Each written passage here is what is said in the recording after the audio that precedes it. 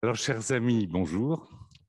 Donc, aujourd'hui, nous allons présenter le livre de Didier Billon, La Turquie, un partenaire incontournable. Alors, petite remarque préliminaire. Oui.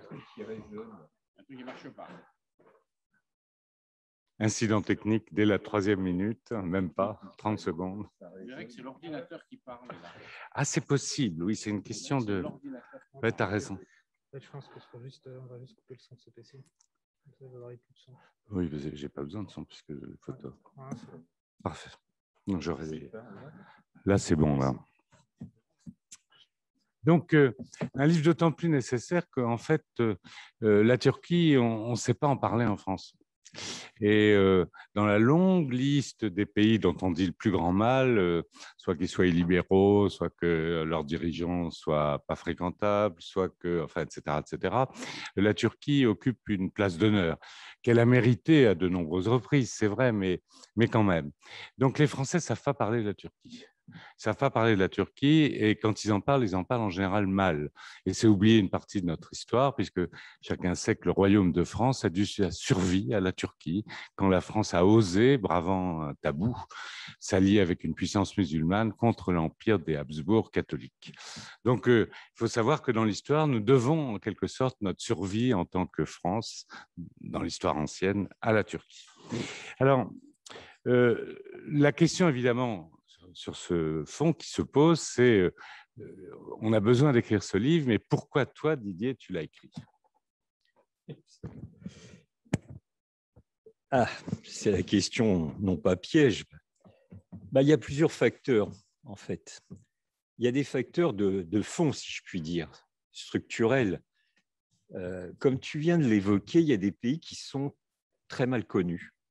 Et la Turquie, moi, j'ai toujours été frappé par le fait que c'est un pays qui se trouve à quelques heures d'avion de la plupart des capitales européennes et qui, en fait, est très mal connu en France. Mais non seulement est mal connu, mais en plus est souvent victime d'a priori, est victime de jugements à l'emporte-pièce, ce qui ne correspond pas à la réalité. La Turquie est un pays très compliqué. Moi, la première fois que j'y ai mis les pieds, vous voyez la couleur de ma barbe, donc je peux le dire, c'était en 1978. Je pense que j'y suis retourné à minima une fois par an depuis lors et souvent plusieurs fois par an. Je pense que je connais pas trop mal la Turquie de l'Est à l'Ouest et du Nord au Sud. Et à chaque fois que j'y retourne, je trouve que ce pays est de plus en plus compliqué, mais ce qui fait sa richesse. En plus, c'est un pays, Jean vient d'en dire un mot, on n'est pas ici pour discuter de la longue histoire, mais comme tous les pays qui ont une longue histoire, eh bien, ils résistent au raisonnement binaire, ils résistent aux simplifications. Donc ça, c'est la première raison, tenter de faire comprendre la réalité à partir d'expériences et de quelques travaux et de quelques bouquins, c'est le dernier d'une série que j'ai commis sur ce pays. Essayer de faire comprendre. Si on ne comprend pas, on ne peut pas véritablement dialoguer, on ne peut pas échanger. Alors bien sûr, facteur aggravant, c'est que les soubresauts de l'actualité au cours de ces derniers mois, au cours de ces dernières années, n'aident pas à une compréhension fluide de ce qui se déroule dans ce pays. Mais c'est ce qui en fait aussi l'intérêt. En tout cas, moi, mon propos dans ce livre, c'était de me prémunir des raisonnements binaires, d'essayer de faire ressortir les contradictions, parce qu'il y en a des contradictions, c'est évident, mais je considère, et c'est mon point de départ, que la Turquie, elle ne mérite, c'est ce que je dis dans l'introduction, ni assaut de complaisance, ni excès d'indignité. Il faut savoir raison garder pour tenter de mieux saisir, de mieux comprendre les dynamiques à l'œuvre. Alors, je disais compliqué, oui, évidemment, pays compliqué, parce que les bouleversements économiques, les bouleversements sociologiques, les bouleversements démographiques induisent une série de contradictions que le pays a du mal à surmonter, mais il y parvient peu à peu. Et nous constatons en Turquie ce qui est classique. On retrouve ça dans de nombreux autres pays, mais concentrons-nous aujourd'hui sur la Turquie. Eh bien, il y a des formes de résistance à la modernité, ou ce que nous appelons la modernité. Mais c'est parfaitement logique. Et pour autant, ce qui m'intéresse, moi, c'est que ces résistances à la modernité, elles sont combattues et souvent submergées par des forces qui, au contraire, se projettent vers l'avenir.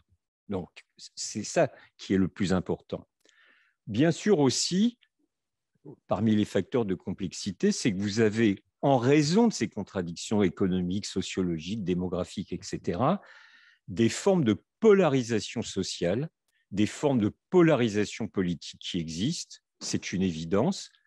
Alors, bien sûr, tout le monde a entendu parler de la tentative de coup d'État de juillet 2016, et depuis lors, ces polarisations sociales et politiques se sont encore amplifiées.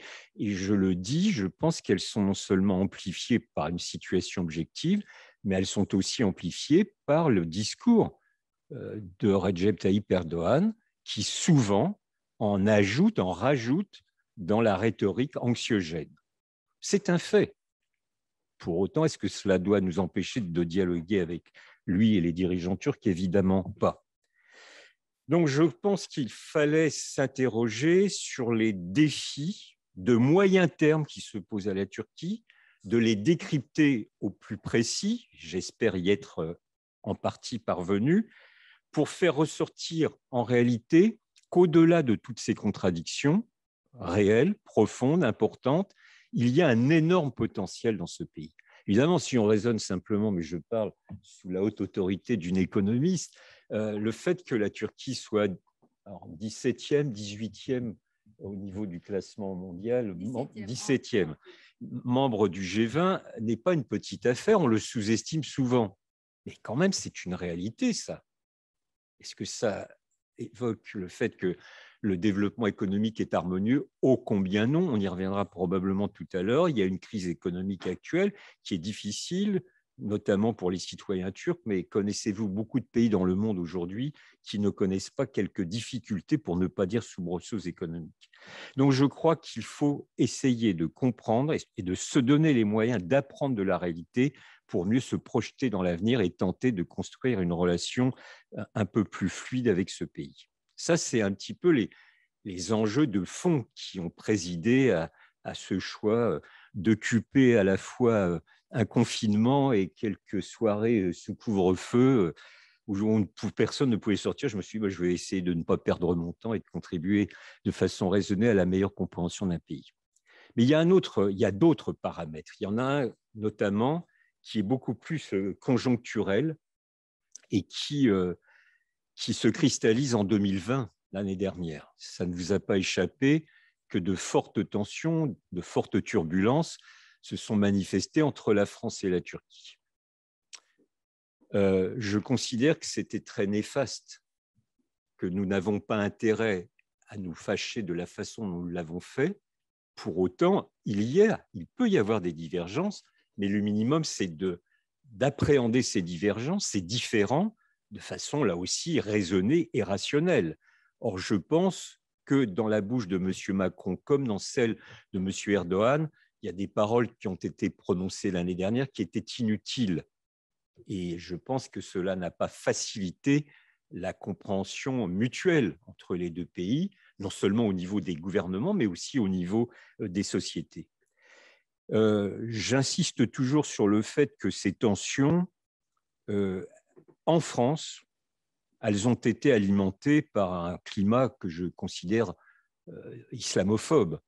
C'est-à-dire qu'évidemment, tous ceux qui se font profession de grande laïcité, on y reviendra aussi, je pense ultérieurement, en ont profité pour taper à bras raccourcis sur la Turquie sans connaître la réalité de la laïcité à la turque, comme l'on dit habituellement.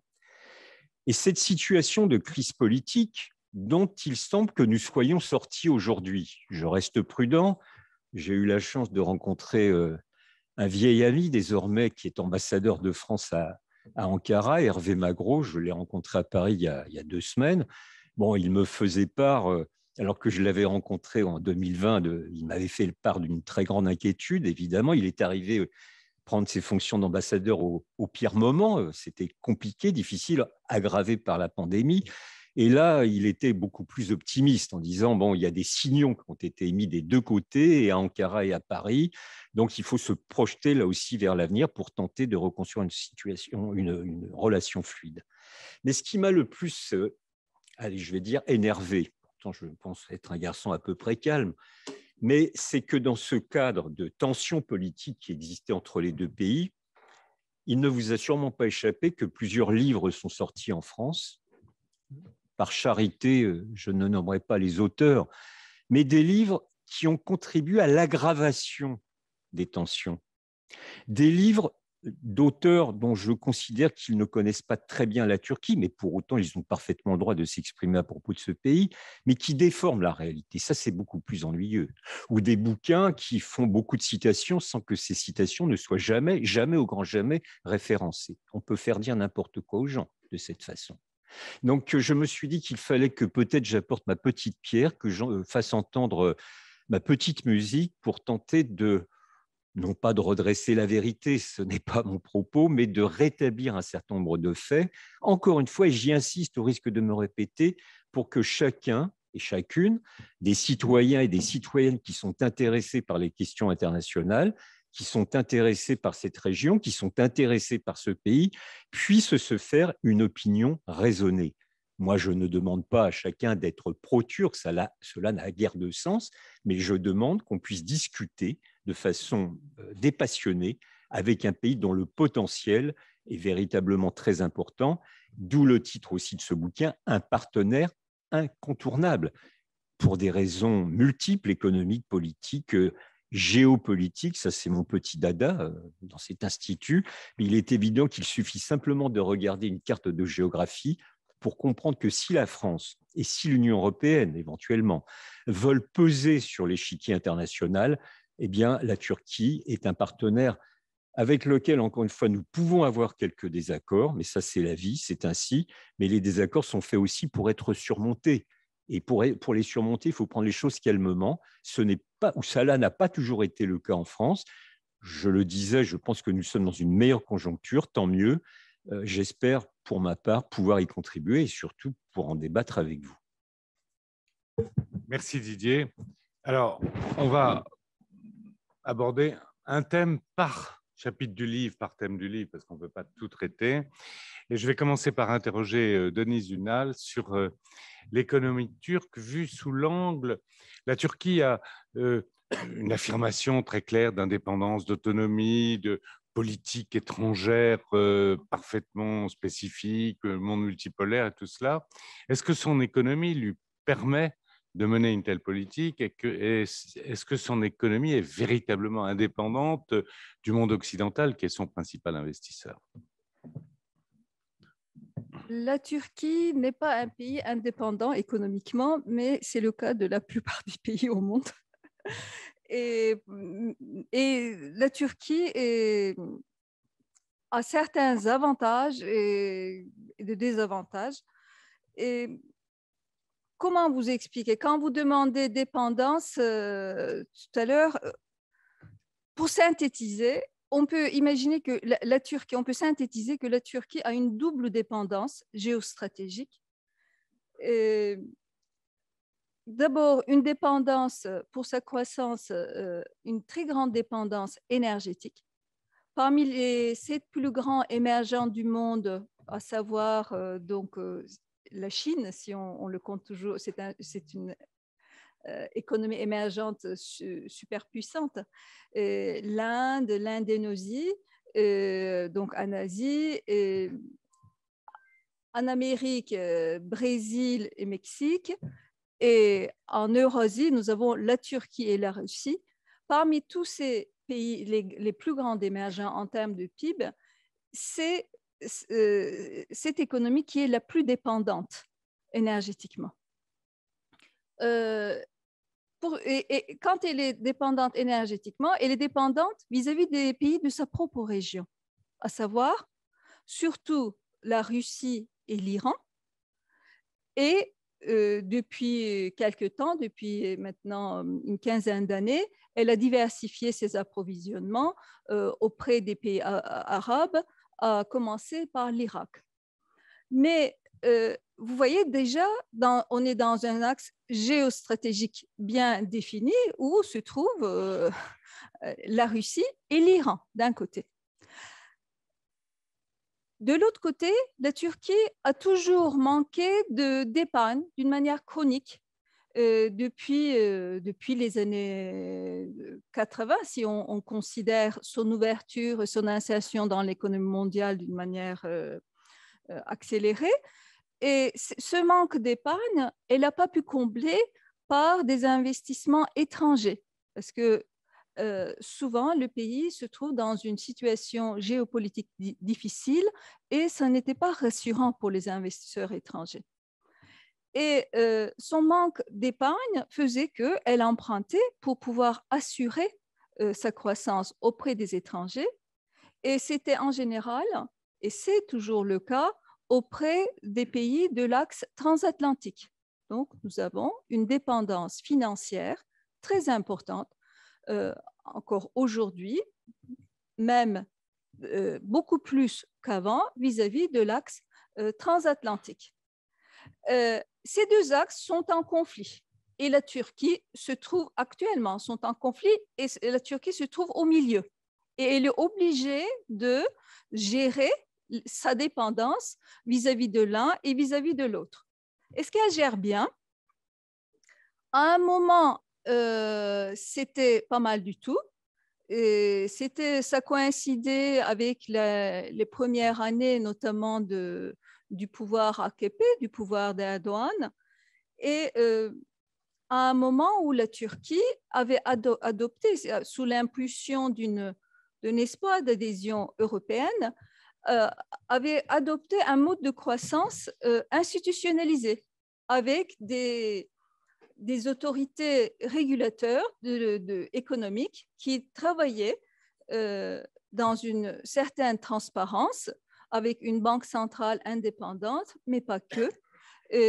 Plusieurs autorités de régulation, notamment bancaires, de concurrence, et ça marchait et ça a attiré des investissements étrangers aussi, massivement.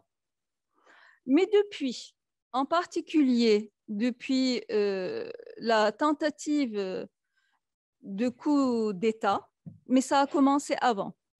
À partir des années 2011-2013, ça a vraiment commencé. La Turquie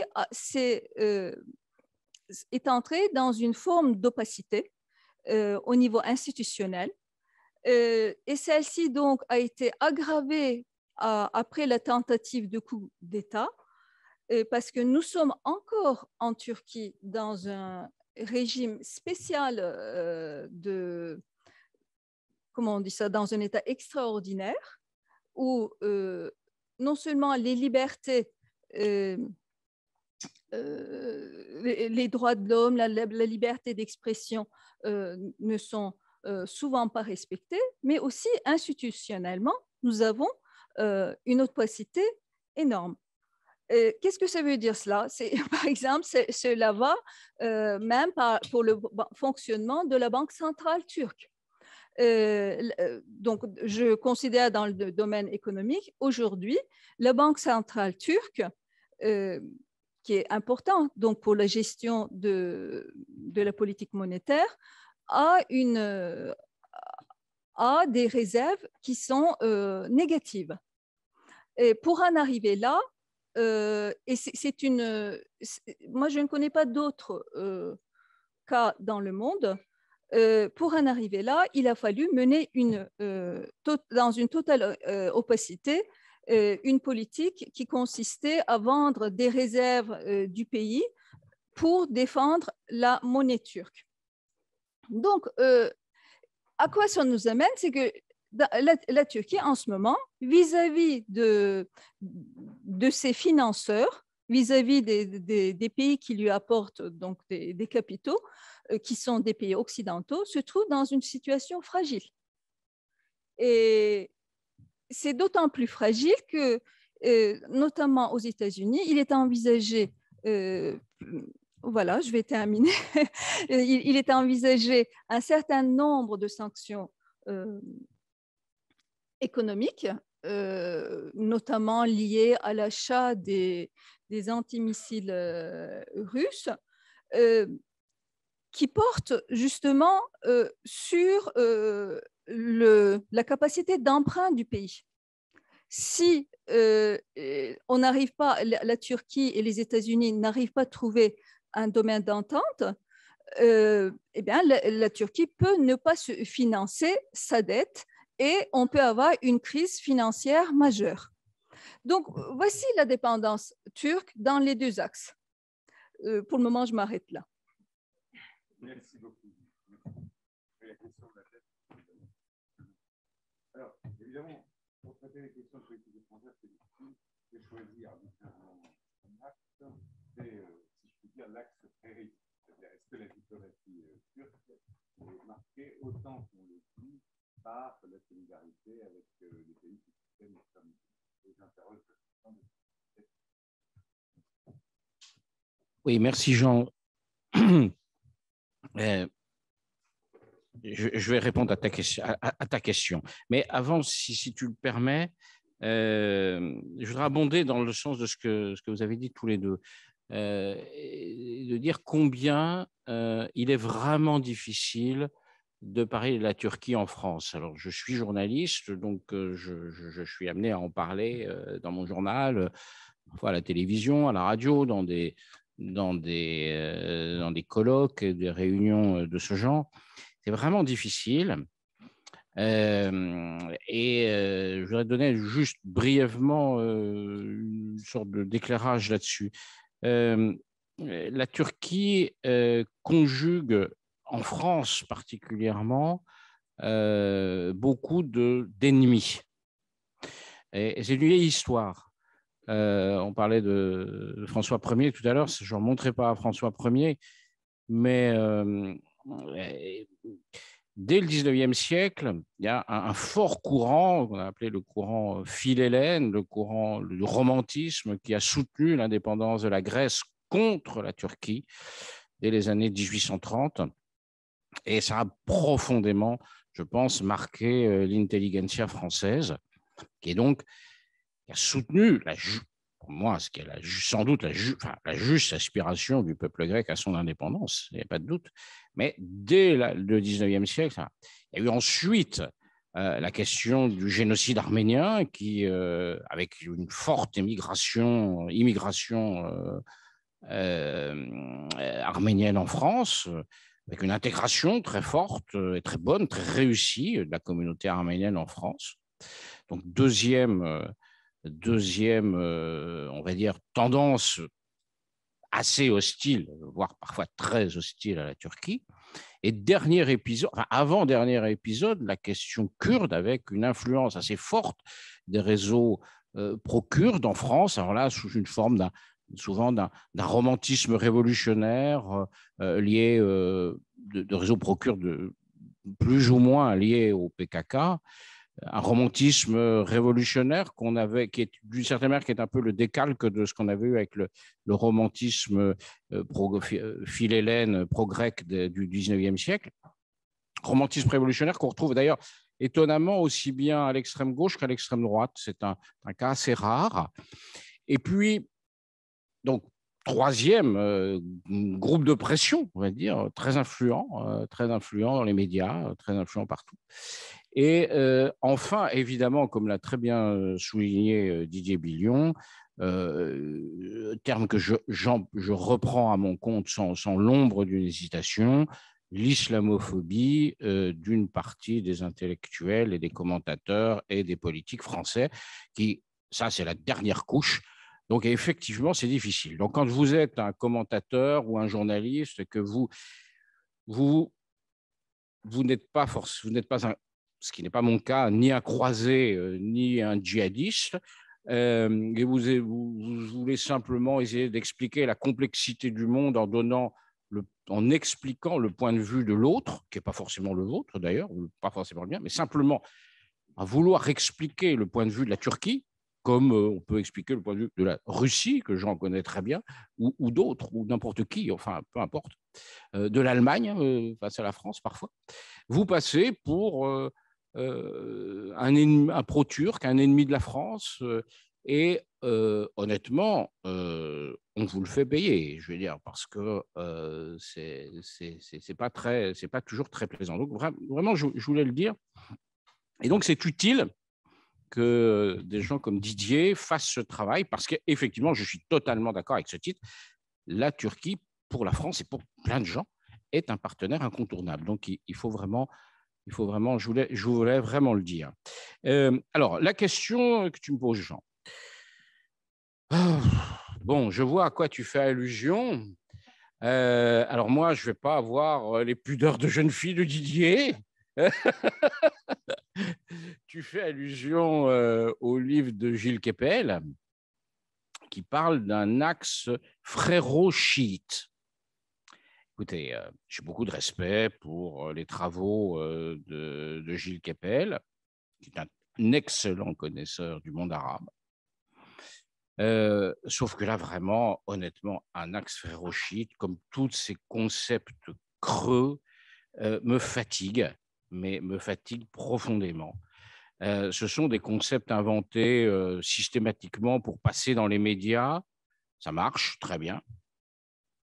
Et par ailleurs, peut-être encore plus que pour passer dans les médias, pour convaincre les responsables politiques qui ont besoin d'un ou deux slogans comme ça à balancer. Et là, ça marche très bien aussi. Bon, la réalité, évidemment, est beaucoup plus complexe et toujours beaucoup plus complexe que ces slogans. On a parlé à un moment d'axe chiite, on a parlé voilà, de... Donc,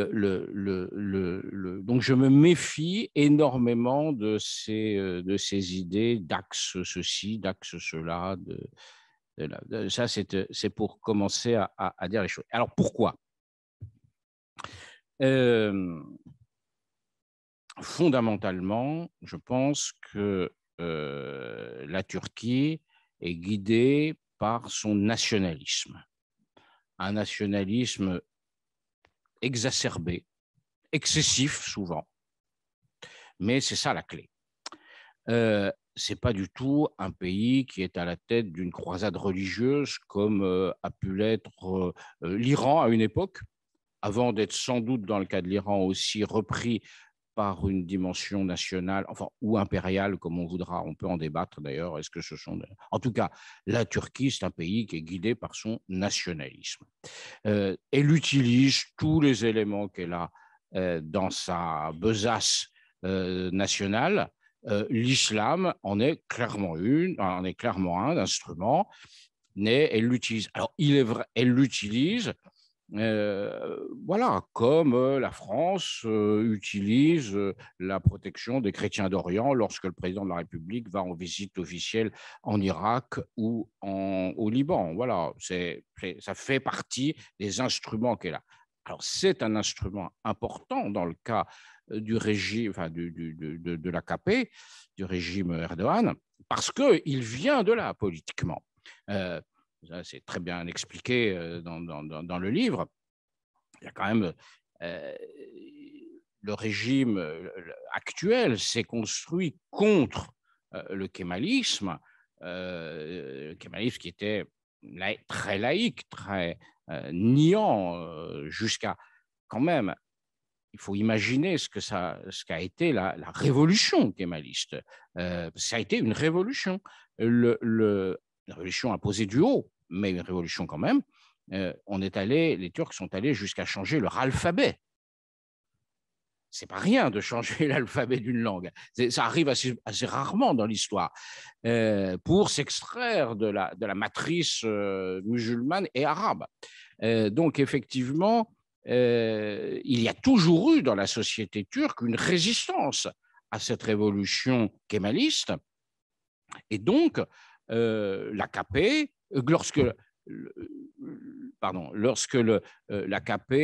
la démocratie s'est réinstallée en Turquie, n'oublions pas que c'était un régime de parti unique jusqu'à la Seconde Guerre mondiale, et ensuite, jusque dans les années 80, c'est un régime de parti quasi unique, on va dire, enfin en tout cas avec une domination très forte d'un camp sur l'autre, par des moyens non démocratiques, le principal étant l'armée.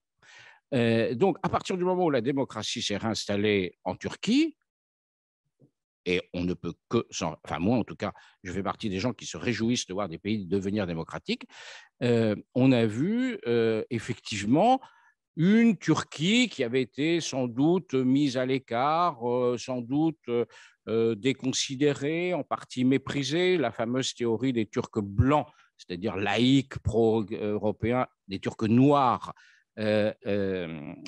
plutôt islamiques, revenir au pouvoir. Donc effectivement, il y a dans l'histoire turque, l'histoire politique récente turque, une résurgence de l'islam, des forces musulmanes, on va dire, des forces politiques qui s'enracinent dans une tradition comme voilà, sous la Troisième République en France, à aucun moment, jusqu'à la fin de la Troisième République, les catholiques, jusqu'à la guerre de 14, les catholiques ne participaient au pouvoir. Voilà, il n'y avait pas de ministre catholique de 1877 à 1914 à l'Union sacrée.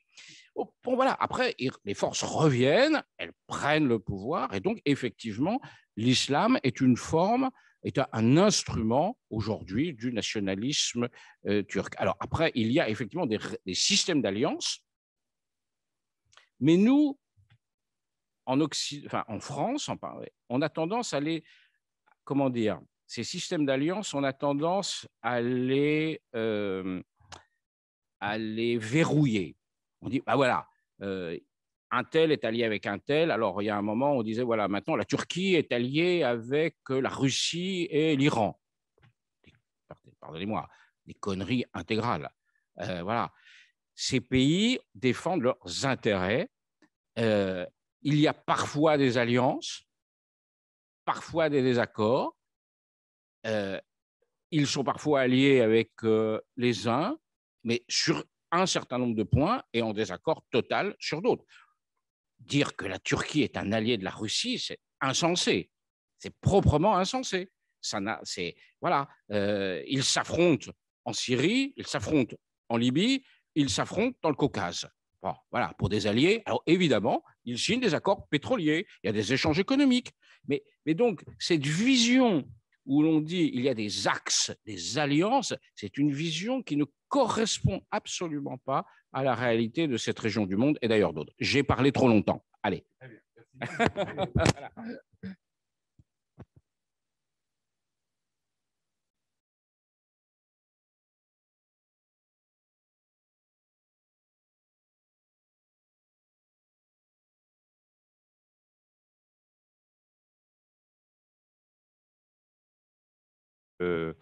En dehors de la France, le mot laïque existe en Turquie et c'est même dans la Constitution. Alors, tu m'as dit qu'il y en avait au Mexique aussi, je crois.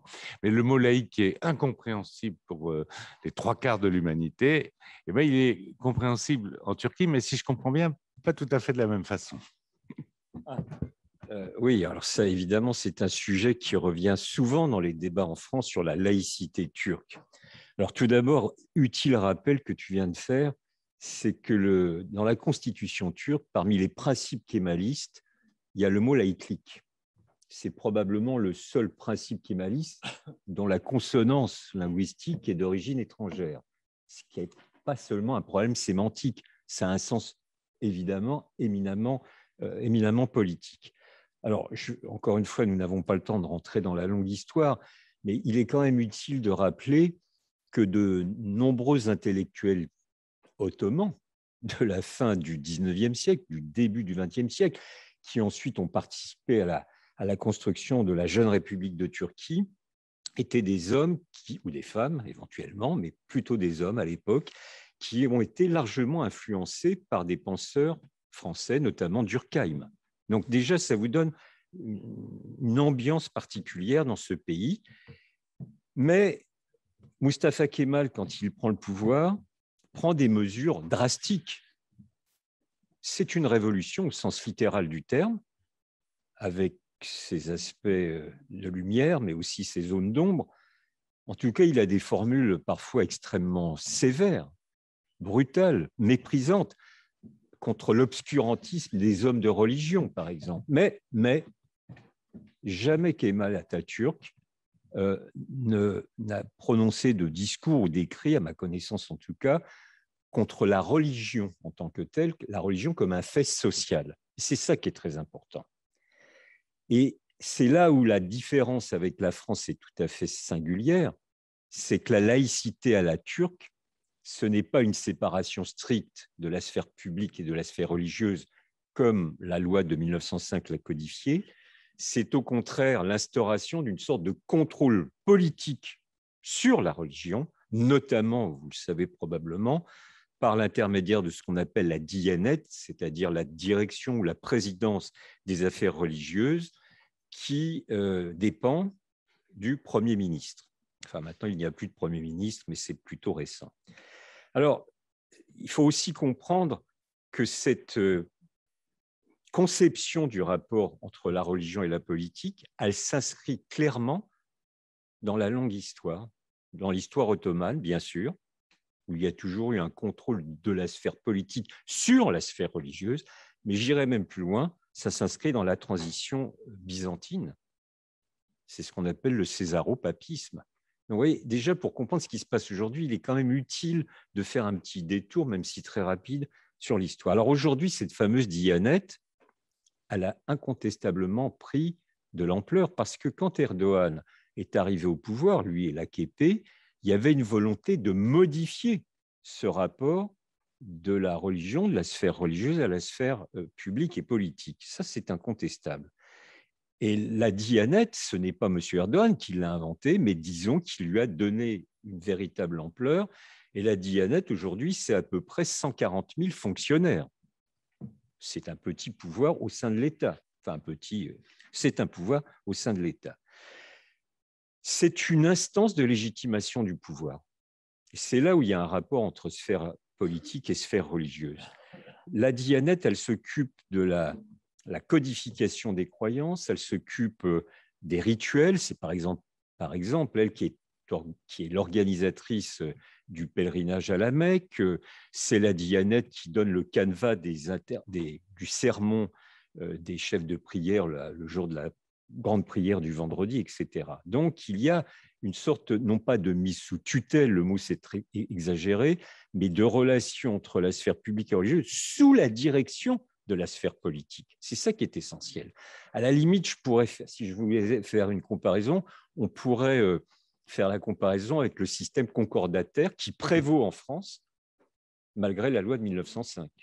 On pourrait faire cette comparaison, même si, comme disait ma grand-mère, comparaison n'est pas raison. Alors, cette chose étant précisée, je souligne véritablement une chose, c'est que l'islam en Turquie n'est pas une religion d'État. C'est un autre rapport que celle qui prévaut, par exemple, en Iran, qui était évoquée précédemment, ou en Arabie saoudite, évidemment.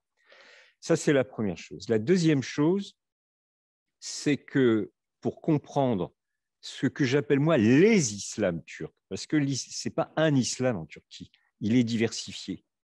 Il y a l'islam, bien sûr, qui est lié à l'État, comme je viens de l'évoquer très schématiquement. Vous avez aussi l'islam des confréries. Qui ne comprend l'islam des confréries ne peut pas comprendre comment fonctionne la religion en Turquie. Et puis, vous avez aussi les Alévis, qui sont une secte hétérodoxe. Quand je dis secte, ça n'a nullement un caractère péjoratif pour moi, qui est tout à fait indépendant de la religion sunnite, qui est majoritaire parmi les musulmans turcs. Donc, vous voyez, ces islams, en fait, sont l'expression d'une histoire longue, compliquée, mais ce qui rend aussi le rapport à la sphère politique, à la sphère publique, éminemment compliqué. Alors aujourd'hui, on nous parle souvent de cette réislamisation de la société turque. Foutaise. La société turque, elle est musulmane depuis 10 siècles. Il n'y a pas une réislamisation de celle-ci. Alors, c'est une vue bien partielle des choses. Par contre, ce qui est vrai, c'est que la religion, elle prend un nouveau poids en Turquie. Mais ça procède d'un mouvement beaucoup plus général qu'on peut observer à travers le monde, je ne dis pas dans tous les pays, mais dans de nombreux pays, une sorte de revivalisme religieux qui est un marqueur de l'évolution des sociétés dans le monde depuis maintenant de nombreuses années. Donc, en Turquie, Il n'y a pas exception à cette règle générale, mais il y a des formes particulières et il est vrai que l'on peut constater qu'il y a désormais en Turquie de plus en plus fréquemment la mise en œuvre dans le discours politique, notamment, de nouveaux paradigmes identitaires. Par exemple, le président de la République de Turquie, dans ses très nombreux discours, car il aime faire des discours, il en fait 1 fois, 2 fois, 3 fois par jour parfois, eh bien, tous ces discours sont ponctués de références à des textes religieux ou à des croyances religieuses ou à des référents religieux. Ça, c'est nouveau. Ça, c'est nouveau. Mais est-ce que pour autant, ça signifie que c'est la fin de la laïcité à la turque? Nullement, de mon point de vue. Non, ce qui est important, c'est que désormais, il y a des formes de religiosité dans la sphère publique qui sont parfaitement acceptées, qui sont visibles. Alors, j'entends toujours cette histoire du voile. C'est une sorte d'obsession, le voile, en Turquie, mais sur ce point, nous n'avons pas beaucoup de leçons à donner aux Turcs parce que je vois le même type d'obsession en France. Que de débats inutiles, de mon point de vue en tout cas, sur ce port du voile. Alors, il est vrai qu'on voit beaucoup plus de femmes voilées en Turquie aujourd'hui qu'il y a une trentaine d'années. Il faudrait d'ailleurs aller plus loin dans l'analyse, mais on n'a pas le temps de le faire. Non, ce qui est clair, de mon point de vue, encore une fois, c'est qu'il y a au sein de l'espace public la volonté du pouvoir d'imposer une sorte d'ordre moral à connotation religieuse. Ça, c'est une certitude. Et on peut le contester, bien évidemment. Et cet ordre moral, il se décline, alors je le fais dans le bouquin, je n'ai pas le temps de le faire ici, sur la vente d'alcool, sur le voile, je l'ai évoqué, sur la question des femmes. C'est-à-dire que clairement, Erdogan a une conception du rôle social des femmes qui n'est pas la mienne, par exemple. Enfin, Erdogan, à la limite, ne s'intéresse pas tellement à ce que pense Didier Billion. Il a peut-être sûrement tout à fait raison. Mais enfin, là, on peut trouver des éléments tangibles, précis, des déclarations où clairement, je pense que Erdogan a une conception des femmes réduite à leur rôle de reproductrice et de mère de famille. Et je ne caricature pas le propos. Mais au passage, vous admettrez quand même qu'il y a nombre de pays qui, sur ces questions, des pays très chrétiens par ailleurs, ont la même conception du rôle des femmes dans la société. Donc ce n'est pas proprement turc, mais il faut aussi admettre et souligner le fait que c'est aussi valable pour la Turquie. Moi, souvent, je fais la comparaison avec les États-Unis. Ça surprend beaucoup de monde sur ces aspects religion, laïcité, rapport de la religion à l'État. C'est-à-dire qu'aux États-Unis, vous le savez bien, il y a une importance traditionnelle des valeurs religieuses dans la vie politique, mais qui ne signifie pas, sauf quelques exaltés extrémistes, que les États-Unis connaissent un régime théocratique, évidemment pas. Aux États-Unis, c'est un régime, c'est une religion plutôt conçue comme un corps de préceptes moraux. Et ben, je pense qu'en Turquie, on peut faire cette comparaison dans un contexte culturel et historique évidemment totalement différent. Mais ce qui est très important sur ces questions de laïcité aussi, c'est qu'en Turquie, que vous le vouliez ou pas, et malgré tout ce que certains prétendent, eh bien, il n'y a pas eu de changement juridique des rapports entre la sphère publique et la sphère religieuse. C'est un fait, contrairement à ce que certains prétendent. C'est-à-dire que c'est ça qui est essentiel. Il n'y a aucune volonté d'instaurer la charia de quelque manière que ce soit, sauf peut-être pour quelques extrémistes. Probablement, il y en a en Turquie, comme dans beaucoup d'autres pays. Donc, c'est ça qui est important. Mais néanmoins, alors je crois qu'on peut faire une exception, c'est que en Turquie, jusqu'à une période récente, il y avait l'interdiction du mariage religieux s'il n'était pas précédé du mariage civil. Aujourd'hui, cette interdiction a été levée. Mais, et j'y insiste beaucoup, seul compte le mariage civil du point de vue des droits juridiques d'un couple. Donc, le régime juridique n'a pas été en réalité modifié.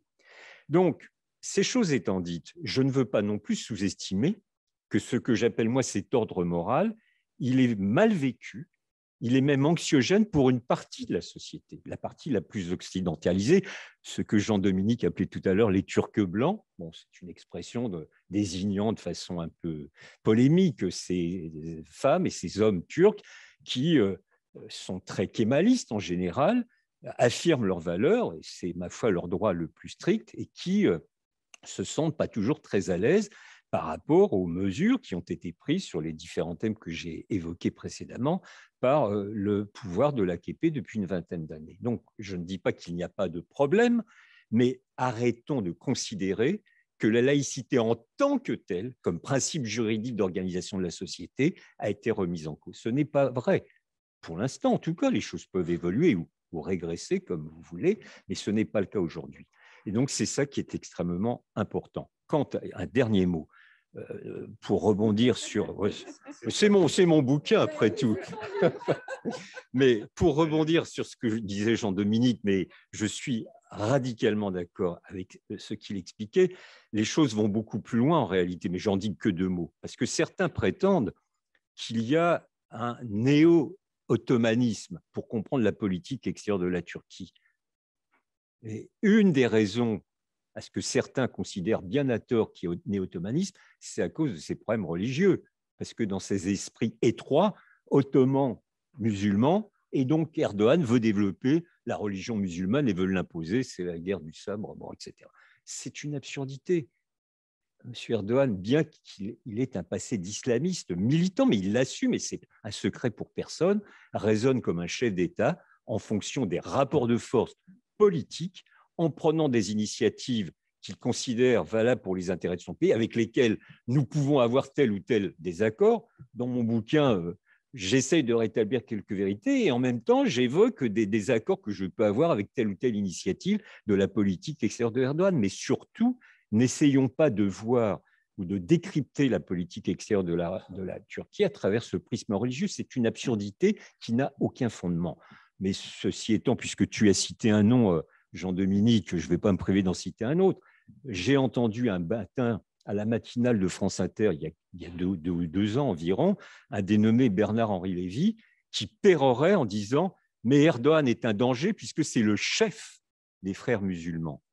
Alors là, le scoop du siècle, non seulement c'est sûrement pas le chef, parce que Erdogan n'est pas un frère musulman. Et c'est pour ça que cette foutaise sur l'axe frère-chiite n'a aucun sens. Qu'il y ait des convergences entre l'AKP et les frères musulmans, je l'entends parfaitement. Oui, mais ce sont des convergences politiques. Mais la trajectoire, la dynamique, l'histoire des islams politiques turcs et arabes, en l'occurrence chez les frères musulmans, est totalement différente. Ce sont des faits liés à l'histoire. Donc là encore, comme je le disais tout à l'heure sur des questions plus générales, sachons mesure garder, remettons un peu de raison et de connaissances sur tous ces enjeux qui sont éminemment compliqués, qui percutent la société turque. Encore une fois, il y a une résistance. Des hommes et des femmes n'acceptent pas les mesures prises par l'AKP, ce qui, au passage, indique quand même que malgré les dérapages et liberticides qui existent, je le dis et l'écris, il n'y a pas de dictature dans ce pays. Merci Didier. Alors, je fais une petite synthèse des questions qui viennent d'ailleurs avant de passer aux questions de la salle. Et je synthétise toutes ces questions en 3, et vous pourrez répondre chacune et chacun. Il y a la question des relations avec la Chine et du positionnement de la Turquie vis-à-vis des Ouïghours. Il y a une question plus générale sur les droits de l'homme en Turquie.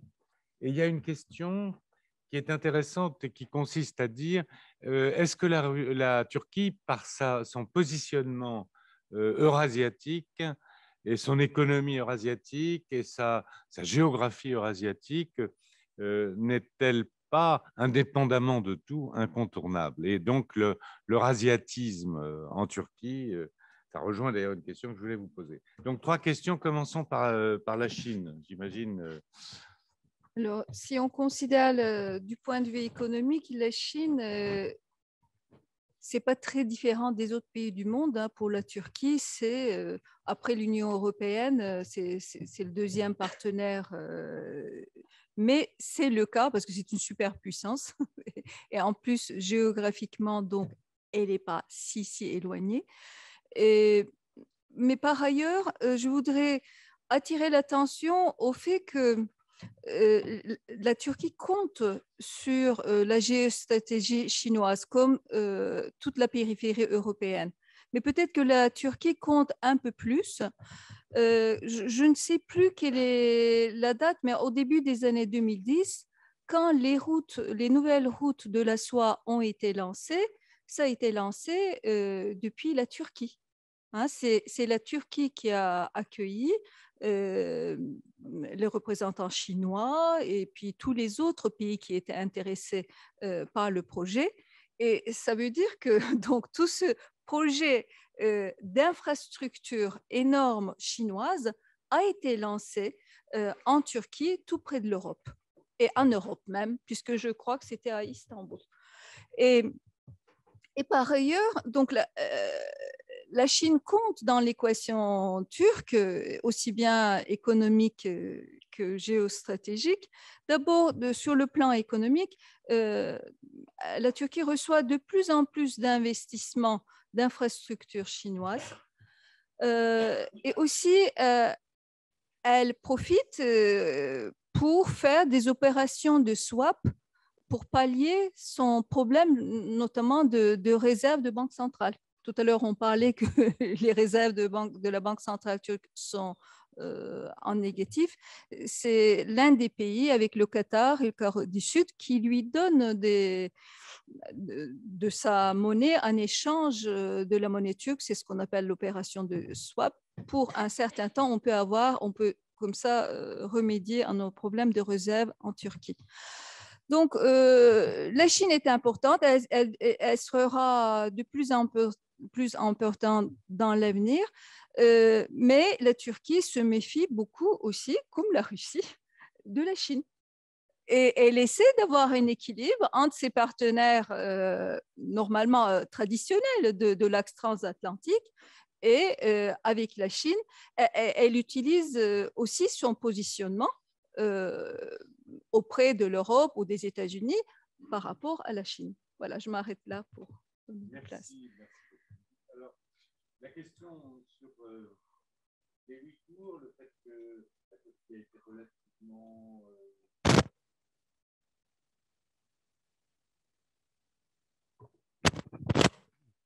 Oui, donc sur la relation avec la Chine, effectivement, il y a la question ouïghour. Donc les Ouïghours, c'est cette minorité musulmane qui parle une langue proche du turc. Et effectivement, ce n'est pas le dossier que les Turcs mettent le plus en avant dans leur relation avec la Chine. Donc là, ils font une forme de réel politique en fonction de leurs intérêts nationaux, ce qui prouve bien d'ailleurs qu'ils ne sont pas que des militants islamistes, parce qu'ils n'étaient que des militants islamistes. Ils défendraient la cause des Ouïghours opprimés par le régime communiste chinois. Voilà. Donc effectivement, là, et d'ailleurs, parallèlement, c'est amusant de voir que ils ne soutiennent pas beaucoup les Ouïghours, mais ils soutiennent beaucoup plus les Ukrainiens contre les Russes, y compris en leur fournissant des armes, et ce qui relativise encore toutes les théories sur le rapprochement de la Turquie avec la Russie. Bon, voilà. Alors sur les droits de l'homme, c'est malheureusement assez simple. Il y a un vrai problème. Il y a un vrai problème de droits de l'homme, de respect des droits de l'homme en Turquie, notamment dans la presse. Il y a quand même pas mal de journalistes en prison. Et voilà. Alors, une fois qu'on a dit ça, et c'est vraiment un problème, il y a aussi le fait qu'il y a eu une vraie tentative de coup d'État en 2016, qui a été un peu minimisée chez nous, sans doute, notamment par les politiques français qui ont un peu il n'est pas exclu qu'un certain nombre de politiques occidentaux aient souhaité la réussite de ce coup d'État. Mais bon, enfin, c'est une autre histoire, ça. Effectivement, quand vous avez un coup d'État, quand vous avez votre armée de l'air notamment, qui bombarde le Parlement, c'est vrai que vous avez plutôt tendance à mettre des gens en prison après. On a un peu connu ça en France avec l'OAS dans d'autres périodes, mais c'est vrai qu'il y a un problème de droits de l'homme en Turquie et que c'est tout à fait insatisfaisant. Ça n'en fait pas néanmoins un pays comparable, comme on l'entend, à la Russie et à la Chine. Maintenant, on associe Turquie, Russie, Chine. Je veux simplement rappeler quelque chose, c'est qu'en Turquie, les deux principales villes du pays, à savoir Istanbul et Ankara, sont gouvernées par des maires élus et des maires d'opposition. Je n'ai pas l'impression que ce soit le cas de Saint-Pétersbourg et de Moscou. Il y a sans doute une opposition en Russie, mais en tout cas, l'opposition ne dirige pas les deux plus grandes villes du pays.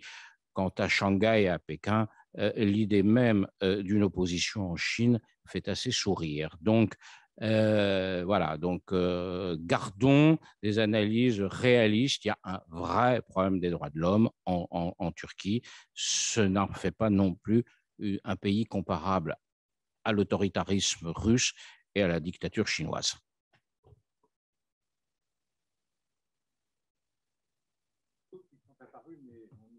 De donner la parole à la salle et j'essaierai de glisser les questions. Donc l'idée que par sa situation continentale, eurasiatique, et par aussi ses idées eurasiatiques qui apparaissent parfois, la Turquie est incontournable indépendamment de tout le reste. Donc Didier, à toi. D'abord, je lis un certain nombre d'articles sur l'eurasisme à propos de la Turquie, et ça ne me convainc pas en général. C'est d'ailleurs pourquoi j'en parle quasiment pas dans le bouquin. C'est non pas que le sujet ne soit pas intéressant, mais je crois qu'il est secondaire. En réalité, ce qu'on pourrait appeler ce courant ou ces courants eurasistes, ils sont infiniment minoritaires. Alors, certains m'expliquent qu'ils ont une influence au sein de l'appareil d'État. Moi, je veux bien, mais comment peut-on mesurer précisément cette influence? En tout cas, je crois qu'il y a deux grands courants. Il y a un minoritaire, l'un et l'autre, hein, j'y insiste. Le premier, c'est peut-être un courant que j'appellerais néo-nationaliste, c'est-à-dire qu'il y a une volonté de se distancier des puissances occidentales. Il y a une forme d'anti-impérialisme. Il y a souvent des références à l'accord entre la jeune URSS et la Turquie de Mustafa Kemal, si on remonte à une centaine d'années. Bon, c'est un courant qui existe, minoritaire, qui est favorable à une alliance avec la Russie. Favorable à une alliance avec la Russie, mais ça ne veut pas dire qu'il y a aujourd'hui une alliance. Je ne rebondis pas sur ce que disait Jean-Dominique tout à l'heure. Il n'y a pas d'alliance russo-turque. Une alliance, en termes géopolitiques, c'est un sens très précis, ça induit des contraintes, etc. Ce n'est pas le cas aujourd'hui. Y compris même, alors je parle sous tout contrôle, Jean, c'est un dénommé Alexandre Douguine, qui est un des théoriciens de l'eurasisme en Russie, qui a été traduit en turc. Bon. Donc, c'est un eurasisme qui est conçu comme une sorte de rempart face à l'atlantisme, face aux puissances occidentales. Je vous l'ai dit, minoritaire, parce que peut-être il y a un parti en Turquie qui incarne cela, c'est un parti dirigé par un monsieur qui s'appelle Doğu Perinçek et qui, lors des élections, fait en général moins de 0,5%. Bon, c'est ainsi. Mais peut-être y a-t-il des partisans de ce courant à l'intérieur de plusieurs partis. Deuxièmement, c'est ce que j'appellerais un courant ultranationaliste, pan-turquiste, qui a lui aussi s'inscrit dans l'histoire, qui est favorable à l'union des peuples turcophones allant donc jusqu'au Xinjiang chinois et qui constitue pour eux une sorte d'entité culturelle, turcique, qui a été incarnée par l'extrême droite, enfin l'ultra-droite même en Turquie. Mais alors eux, à contrario, sont totalement opposés à un partenariat avec la Russie qui est perçu comme une rivale dans cette région. Donc, vous voyez, déjà, quand on parle de racisme, il faut savoir décliner, je n'ai pas le temps d'aller plus loin. Ce que je peux vous dire, ça, c'est quelque chose que j'ai vécu. J'ai organisé un colloque, je me souviens très bien, à Istanbul, que les moins de 20 ans ne peuvent pas connaître, puisque c'était en 1991 ou 92. J'organise un grand colloque, et à l'époque, donc suite à l'implosion de l'Union soviétique, il y avait une sorte d'enthousiasme extraordinaire en Turquie. Nous retrouvons nos cousins turcs en Ouzbékistan, au Turkménistan, enfin tous les pays en ce temps, etc. Et je me souviens très bien que j'avais invité à l'époque un proche ami qui s'appelle Olivier Roy, qui est un vrai spécialiste de l'Asie centrale et qui, dans le colloque, explique aux Turcs que c'est un mythe qu'ils sont en train de vivre. Et là, il y a eu comme une douche froide. Et alors après, Olivier Roy a été assailli par les journalistes. Il a donné je ne sais combien d'entretiens à la presse parce que dans une époque où il y avait une sorte d'euphorie, on redécouvrait l'Asie centrale, eh bien, Olivier Roy mettait un bémol. Bon, ce n'est pas lui qui a changé tout cela, mais au niveau politique, non pas à cause d'Olivier Roy, très rapidement, la Turquie, les dirigeants turcs à l'époque sont revenus à un principe de réalité. À un principe de réalité pour plusieurs raisons. C'est-à-dire que déjà, les peuples d'Asie centrale qui sortaient de plusieurs décennies de joug soviétique, ils n'avaient pas envie de retomber sous le joug d'un tout autre pays, quel qu'il soit. Deuxièmement, peut-être la Turquie à l'époque, au début, avait sous-estimé la rivalité qui existe. La Chine, on en parlait moins à l'époque, la Russie, bien évidemment, mais aussi des pays comme le Japon, comme la Corée, etc., qui sont très intéressés par l'Asie centrale. Donc tous ces facteurs jouent beaucoup. Et puis, le lyrisme, c'est une bonne et belle chose, sauf en politique. C'est-à-dire qu'un Turc d'Istanbul qui va en Azerbaïdjan, il va se faire comprendre très facilement. Mais plus il s'éloigne vers l'Est, moins il va se faire comprendre. C'est-à-dire qu'un Turc d'Istanbul qui va au Xinjiang, je doute qu'il ait une locution facile avec ses homologues. Pour autant, c'est vrai que les structures linguistiques sont les mêmes. Donc, vous voyez, ce que je veux vous faire comprendre, c'est que désormais, depuis déjà 25 ans, la Turquie, après cette période d'euphorie, elle en est revenue au principe de réalité. Elle a parfaitement compris qu'elle ne pouvait pas nouer des relations durables, et il y en a qui existent, qui se construisent avec la totalité de l'Asie centrale, qu'il fallait particulariser avec chacun des pays. Donc, vous voyez, à la fois pour des raisons politiques et idéologiques sur l'eurasisme, sur lequel j'ai dit 3 mots, et vous me pardonnerez le schématisme du propos, que sur le niveau politique, actuellement, les liens existent au niveau économique, au niveau politique, au niveau culturel, oui, bien évidemment, mais pour autant, ce n'est pas l'axe principal du déploiement de la politique extérieure de la Turquie. Et je crois que les dirigeants turcs, y compris déjà avant l'accession au pouvoir de M. Erdogan, avaient parfaitement compris que c'était un axe important de développement, mais que pour autant, il n'était peut-être pas prioritaire. Et ça fait partie de ce que j'appelle dans le bouquin le déploiement à 360 degrés de la politique extérieure de la Turquie. Merci, merci Didier. Alors j'ai beaucoup de questions et on a prévu de réserver une demi-heure pour les questions de la salle, donc je les résume parce que c'est intéressant. Donc ce sont essentiellement des questions de politique étrangère sur les relations avec l'Afrique, sur les relations avec le Sud-Caucase, sur les tensions avec la Grèce, sur les relations avec le monde arabe, notamment l'amélioration des relations avec l'Égypte, sur les relations avec l'OTAN et sur les relations avec l'Union européenne. Ça fait beaucoup. Je dirais qu'il y a une clé quand même, et que c'est Jean-Dominique qui nous l'a donnée, c'est la politique j'allais dire, de l'intérêt national multivectoriel qui permet à la Turquie de jouer sur tous les tableaux. Il y a une question qui m'embarrasse plus parce qu'elle demanderait de longs développements, c'est les relations avec l'Union européenne. Alors, avant de donner la parole à la salle, qui peut parler très rapidement il y a peut-être une question dans la salle sur l'Union européenne, donc, mais tu peux peut-être en dire un mot.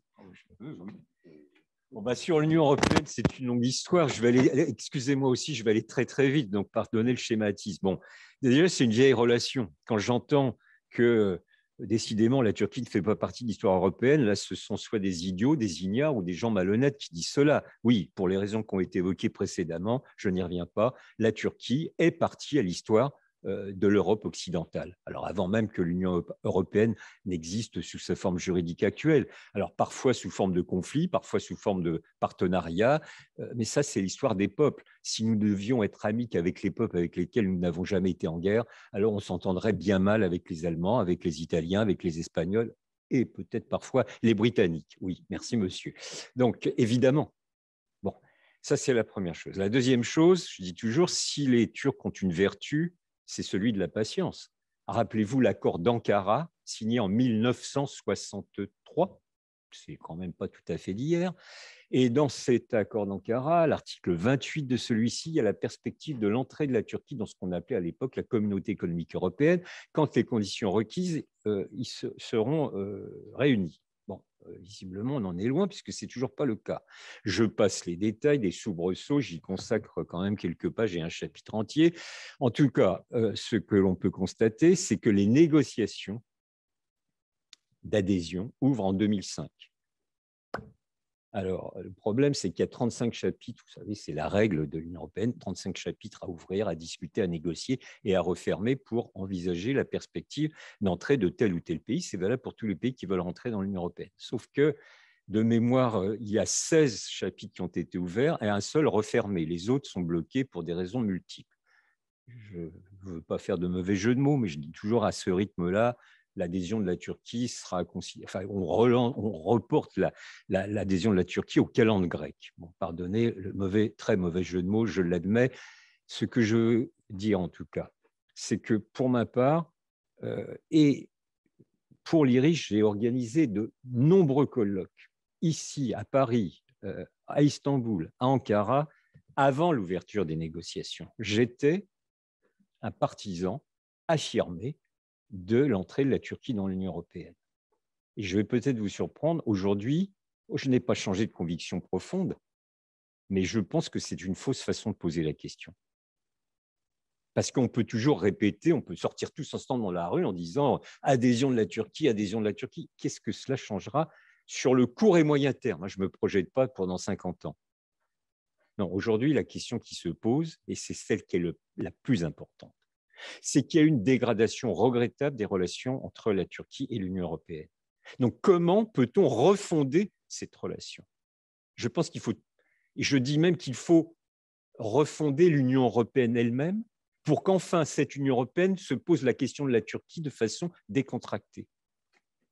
Parce que le simple fait de la candidature de la Turquie nous renvoie à nous des questions que nous n'avons pas résolues, nous, Européens. La question des frontières, la question de l'identité européenne, je mets des guillemets à identité. Quand je dis identité, c'est pour ne pas dire les questions culturelles. Quand je dis culturel, c'est pour ne pas dire religieux. Chacun a compris. Oui ou non, un pays culturellement musulman a-t-il sa place dans l'Union européenne? Ça nous renvoie à ce qu'on disait tout à l'heure sur l'islamophobie. Pour moi, l'Union européenne est une construction politique. Donc, on peut être hindou, bouddhiste, musulman ou je ne sais quoi, ce n'est pas un critère d'adhésion. Or, vous le savez parfaitement, dans les débats politiques, notamment en France, pas seulement, mais il y a toujours cette question. Et alors, je peux vous affirmer que dans les mois à venir, on ne va pas y couper. Bon, donc, oui, je vais me taire. Donc, 2 secondes, et je termine là. Je pense qu'il faut refonder l'Union européenne elle-même, de façon à pouvoir refonder la relation à la Turquie et remettre cette relation sur ses pieds, c'est-à-dire ne pas partir de grandes idées, mais de partir de dossiers concrets. Est-ce qu'au niveau politique, est-ce qu'au niveau défense, est-ce qu'au niveau de l'énergie, etc., est-ce qu'au niveau de la lutte antiterroriste, nous avons intérêt à refonder, à préciser, à approfondir nos relations avec la Turquie? Oui, 3 fois oui. Oui, 3 phrases rapides. Sur la Turquie et l'Union européenne, clairement, Didier a raison. Il y a un refus français, et pas que français, des Pays-Bas, d'une partie de l'Allemagne, d'intégrer la Turquie dans l'Union européenne parce que les Turcs sont musulmans et que la Turquie, c'est 80 millions d'habitants. Point. Ce n'est pas la peine de se cacher derrière son petit doigt. On trouvera tous les prétextes, les droits de l'homme, les droits de la femme, tout ce qu'on voudra. La vraie réalité, quand on en parle sérieusement avec les gens, depuis la disparition du président Chirac en 2005, enfin, à la fin du mandat Chirac en 2005, le refus, il est clair, net, précis. Et on ne le dira jamais comme ça à la télé, quoique maintenant avec Zemmour, il libère tellement la parole que ça pourra se dire. La réalité, c'est que le refus, il est basé sur la question religieuse. Sur l'Afrique, la Turquie est un partenaire très important en Afrique. 2 choses. Turkish Airlines, c'est comme Royal Air Maroc, c'est aujourd'hui une des principales compagnies qui dessert l'Afrique. Voilà. Et la Somalie, l'aéroport de Mogadiscio, la Somalie, c'est la Turquie. Aujourd'hui, la Somalie, il n'y a personne sauf les Turcs. C'est les Turcs qui contrôlent. Et le Caucase, il n'y a pas d'autre solution, et je dis autant aux Turcs qu'aux Arméniens, d'une réconciliation entre la Turquie et l'Arménie. Ça passe par la Turquie, par la reconnaissance du génocide, et ça passe par l'Arménie, par le fait d'accepter de vivre là où elle est placée sur la carte du monde, c'est-à-dire à côté de la Turquie et de l'Azerbaïdjan. Voilà. Merci. Merci Jean-Dominique. Allez, on donne la parole à la salle. Ah, donc, vous avez un micro. Donc, il y en a une ici. Vous avez de la chance d'être du côté du micro, madame. Allez-y. Il y en a une là-bas. Je voulais rebondir sur l'Union européenne parce que je suis en train de faire un mémoire là-dessus.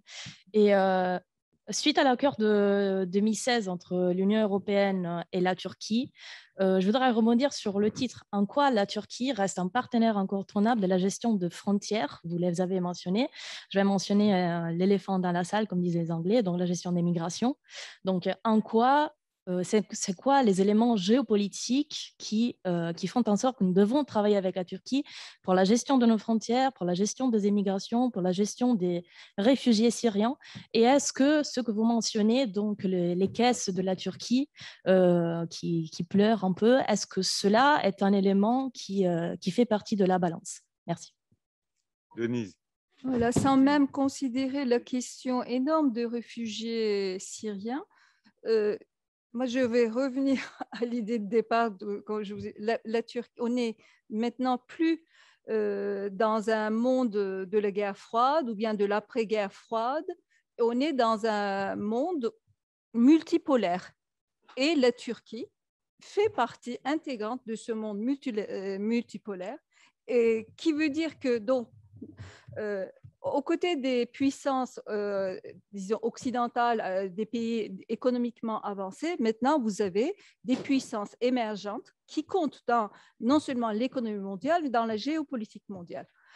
Vous avez la Chine qui est la superpuissance, mais les autres, les 7 pays que je vous citais, dont la Turquie fait partie, organisent leur propre région et sont des facteurs d'équilibre ou de déséquilibre entre les autres, entre d'abord les superpuissances, mais les 2 superpuissances, mais aussi la Turquie, de par sa situation géographique, est un facteur d'équilibre, enfin, de stabilité ou d'instabilité pour l'Europe, qui n'est pas une superpuissance. C'est un très grand marché, mais entre entre les États-Unis et la Chine, elle se trouve dans une situation délicate. Donc, au-delà même de la situation des réfugiés, effectivement, qui est un grand problème, la Turquie compte par sa taille démographique et par sa taille économique. Et lorsqu'on considère, tout à l'heure, je voulais justement dire le monde africain et arabe, eh ben, elle a des intérêts. C'est une économie qui organise, c'est un pays qui organise ces régions de proximité. Donc, je m'arrête là, sans doute les autres pourraient reprendre. Donc, il y avait une question de ce côté-là. Oui, monsieur. Alors, ma question est suivante. C'est que pendant la pandémie, en Europe et dans le reste du monde, on a vécu pas mal de problèmes au niveau d'approvisionnement avec la Chine, qui est l'usine du monde. Et la partenariat avec la Turquie et l'interdépendance qui existe avec l'Europe, est-ce que ça a changé avant, par rapport à avant et après la pandémie, donc vis-à-vis de la Turquie et l'attitude de l'Europe, quoi. Voilà. Est-ce que vous voulez dire que la Turquie dépend plus de l'Europe après la pandémie? Non, que comme c'est l'usine du monde, c'est la Chine qui est loin, est-ce que la Turquie a eu un peu plus d'importance depuis la pandémie? Voilà ma question. Eh ben, je pourrais répondre du point de vue économique dans les chaînes de valeur. Donc, déjà, la crise, la grande récession de 2008 avait montré les dangers de l'hypermondialisation dans le domaine financier. Et dans cette crise-là de Covid, on a vu un autre aspect de l'hypermondialisation, ne serait-ce qu'avec des pénuries de médicaments. Mais ces pénuries ne se limitent pas uniquement à la sphère des santé. Vous savez bien maintenant dans les semi-conducteurs ou d'autres produits qui sont au cœur des chaînes de valeur, il y a des soucis d'approvisionnement. Et nous sommes en train de changer de monde où le multilatéralisme et les chaînes de valeur entre des pays très éloignés étaient excessivement intenses. On se régionalise, on va vers des liens de proximité. Et à cet égard, la Turquie qui fait partie, on en oublie depuis je ne sais plus, de 1996, Didier, c'est toi, du marché unique, est très, très intégré dans les chaînes de valeur. Et on a bien vu dans la sphère industrielle, elle a accru sa production pour les besoins de l'Europe depuis la pandémie. Et en ce moment, son secteur manufacturier travaille à plein régime. Elle n'est pas sans doute le seul pays autour de l'Europe qui prend les anciens marchés asiatiques dans les chaînes de valeur, mais ça peut être le pays le plus important parmi les émergents parce que déjà, elle a un niveau de développement très, très important. Merci, monsieur. Ah. Oui, bonjour. Alors, on va commencer par celle-là et puis après l'autre, parce qu'effectivement, madame était avant. Excusez-moi, merci. D'abord, je vous demande pardon parce que je suis arrivée un peu en retard, donc si ma question vient croiser des choses que vous avez déjà abordées. Moi, je voulais revenir sur l'OTAN et vous demander comment on peut faire. Donc, évidemment que la Turquie est un partenaire essentiel dès qu'on se place dans le cadre de l'OTAN, mais comment on pourrait faire d'elle un réel partenaire? Comment on pourrait faire d'elle faire de l'OTAN une alliance d'autant plus efficace, alors qu'on est face à une ambivalence permanente de la Turquie et qu'on voit que son influence gagne du terrain via des stratégies multiples sur des terrains qui sont des précarés, notamment européens, voire français, et qu'aujourd'hui, elle joue beaucoup sur l'exportation de son industrie d'armement, de sa coopération militaire et sécuritaire. Donc, face à cette ambivalence, comment on pourrait réellement faire de la Turquie un partenaire fiable? Qu'est-ce qu'on pourrait lui offrir, en fait? Merci. Didier? Alors, on va prendre les deux, alors. Il y en a une troisième. Bonjour, c'est Barry César de Radio Kardesh. On a parlé tout à l'heure de liberté d'expression en Turquie. Moi, je me pose la question de savoir la liberté d'expression en France des journalistes. Quand un journaliste comme, aussi éminent que ce soit, M. Jean-Dominique, dit « Lorsqu'on ne dénigre pas la Turquie, on est considéré comme pro-turc et on le paye très cher ». Donc, j'ai l'impression que les journalistes en France s'autocensurent concernant la Turquie. Sur le débat qu'on a ici, d'ailleurs, je vous remercie, qui est formidable, on n'entend jamais dans les médias en France. Étant moi-même un petit média, jamais on entend en France des journalistes dire du bien de la Turquie et dire qu'effectivement, ce que vous dites là, le dénigrement systématiquement de la Turquie n'est pas bon. Est-ce qu'en France, vous pensez qu'il n'y a pas une autocensure des journalistes concernant l'histoire de la Turquie? Et j'aimerais savoir également, juste une petite précision, quand M. Jean-Dominique dit on nous le fait payer très cher, ça veut dire quoi exactement, ce très cher? Alors, on répond à la première question et on reviendra. Ça permettra à Jean-Dominique de prendre son souffle. Moi, je ne peux pas parler au nom des journalistes, hein, mais moi, j'ai une habitude dans la vie, c'est quand je pense quelque chose, je le dis.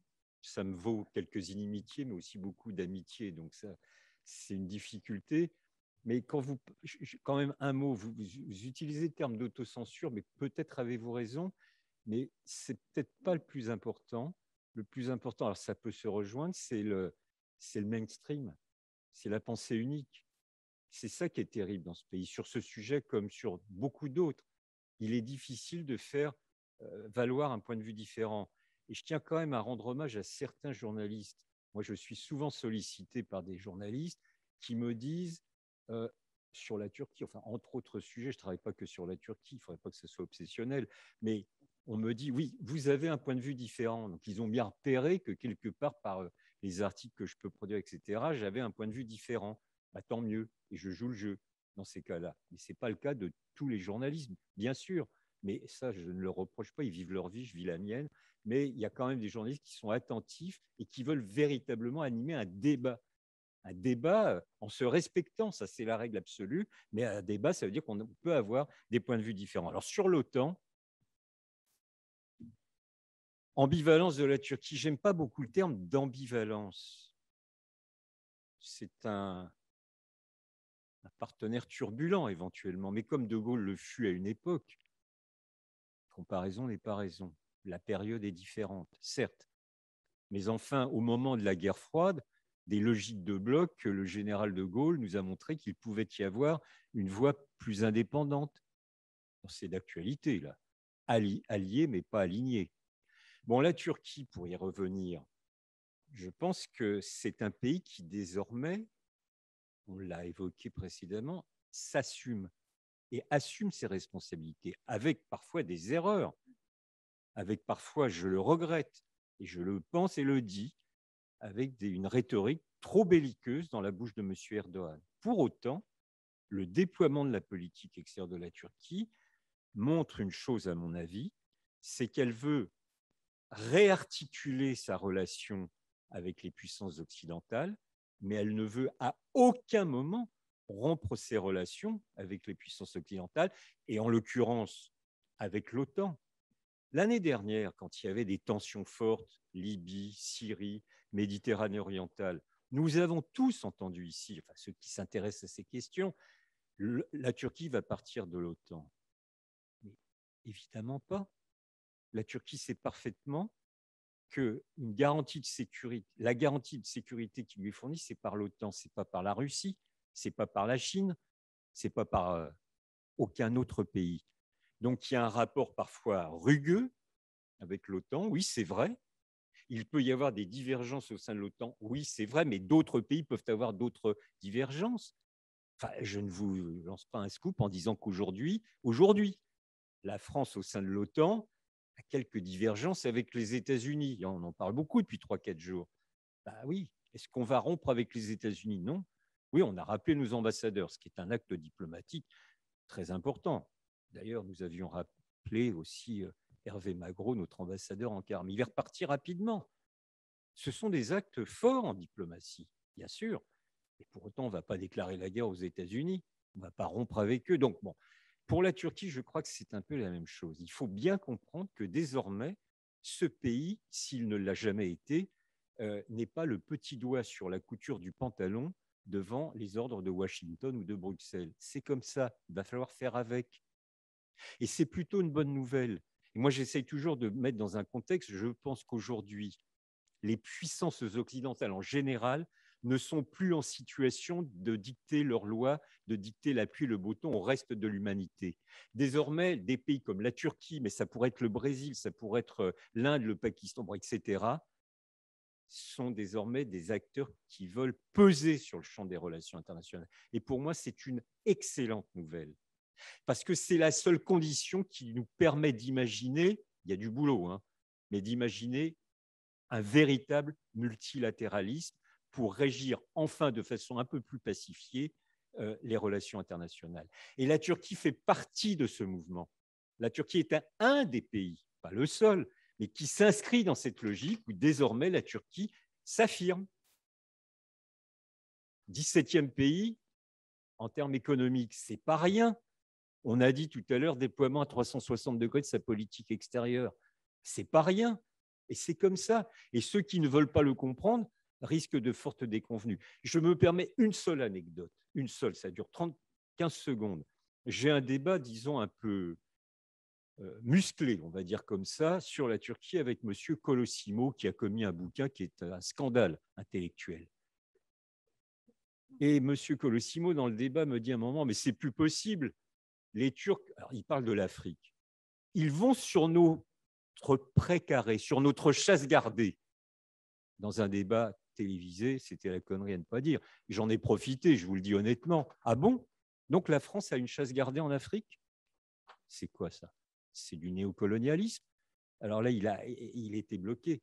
Donc que la Turquie, je ne reviens pas sur les chiffres qui ont été donnés, investisse de façon méthodique en Afrique, ce n'est pas une mauvaise nouvelle en tant que telle, il faudra faire avec. Et je pense même, et je termine là, qu'on aurait plutôt, nous, intérêt français à trouver des formes de convergence et de projets communs avec les Turcs en Afrique subsaharienne. C'est mon rêve. Juste un mot sur le journalisme. Alors d'abord, je voudrais quand même préciser une chose, c'est qu'il est beaucoup plus simple, facile et confortable d'être journaliste en France qu'en Turquie. c'est quand même un point que je ne veux absolument pas négliger et sur lequel je suis assez sensible. Mais quand on a la position que je dis, ça veut simplement dire qu'on n'est plus invité dans un certain nombre d'endroits. Donc, ça ne veut pas dire qu'on nous tabasse ou qu'on nous censure. Ça veut dire qu'on n'est plus invité dans des endroits où on apprend, soit où l'on peut dire des choses, des émissions de télévision par exemple, ou de radio, soit qu'on n'a plus accès à un certain nombre de réunions en petits comités, par exemple au Quai d'Orsay, parce qu'on est identifié comme un ennemi de la France, enfin de la diplomatie française au moins, ou en tout cas un critique sévère, et donc on n'est plus invité là où on était avant, et d'autres continuent à l'être. Voilà, ça veut dire ça, payer cher. Pour un journaliste, c'est embêtant d'être coupé de ses sources, mais ça ne va pas au-delà, honnêtement. Je veux dire, j'entretiens, voilà, ça ne va pas au-delà. Et heureusement que ça ne va pas au-delà. Pour l'anecdote, je précise une chose, c'est qu'avec Dominique, nous partageons le privilège d'être souvent tous les deux injuriés, mais dans la même à propos de la Turquie. C'est-à-dire, Billion et Merchet sont en train d'organiser, on est souvent associé à François Burgat par ailleurs, sont en train d'organiser un complot en faveur de la Turquie. Alors évidemment, c'est des gens qui sont anonymes, donc on y attache assez peu d'importance. Des fois, on se retweet mutuellement.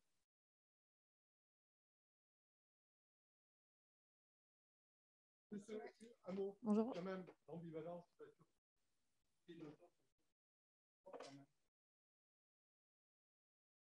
Je peux me permettre de répondre parce que je connais bien le dossier militaire. La Turquie a acheté les S-400 pour deux raisons. Parce que les Américains ont refusé d'abord de lui vendre des Patriotes.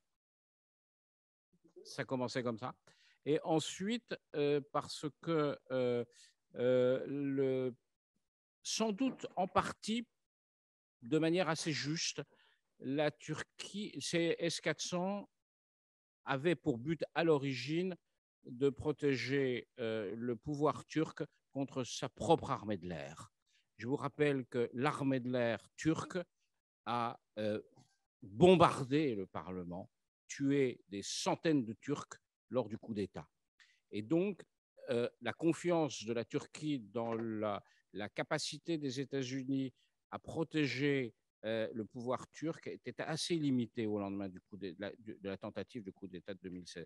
Donc aujourd'hui, évidemment, c'est un vrai sujet, que par ailleurs les Turcs payent cher puisqu'ils sont exclus du programme F-35, mais c'est un sujet aussi important que l'affaire du Nord Stream entre l'Allemagne et les autres Européens et la Russie. Je pense qu'il est possible, qu'il sera possible de trouver une solution parce que fondamentalement, vu de Washington, la Turquie, ça reste un pion contre la Russie. Et on le voit, c'est important pour un certain nombre d'atlantistes. Et donc, je pense qu'on pourrait assister, on pourrait voir. Mais bon, effectivement, c'est un vrai problème. Oui, bien sûr, c'est un vrai problème.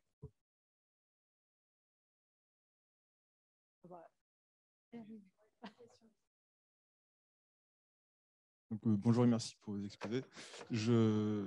Pour ma part, je souhaiterais revenir sur un sujet qui a beaucoup cristallisé de tension. Vous n'entendez pas? Ouais, excusez-moi, c'est mieux. Le point sur la politique étrangère turque, notamment dans le Caucase, et l'antagonisme qu'on peut observer entre la Russie et la Turquie, et la Russie avec certains pays occidentaux, et notamment du fait de la guerre récente entre l'Arménie et l'Azerbaïdjan. Quels sont selon vous les prochains développements qu'on pourrait observer, notamment vis-à-vis de ce pays turcophone, et du concept qu'on a beaucoup vu sur le deux pays, une nation?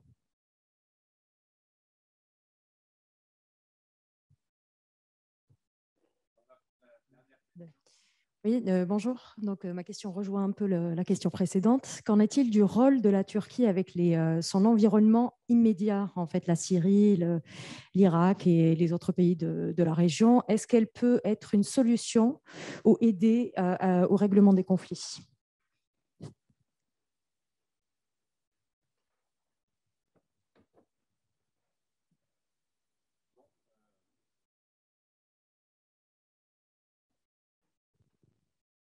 Merci. Je vais aussi me permettre de poser une question, mais avant cela, je remercie M. Billion, je remercie tous les intervenants pour cet intérêt pour la Turquie.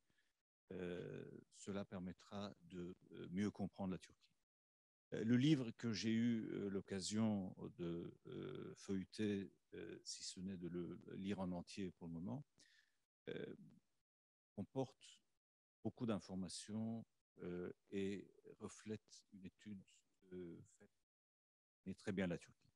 Je ne ferai pas de commentaires sur les éléments avec lesquels je ne suis pas d'accord, mais deux constats très importants figurent dans ce livre. C'est très utile pour bien comprendre la politique étrangère de la Turquie et beaucoup de choses liées à la Turquie. Les conséquences du printemps arabe.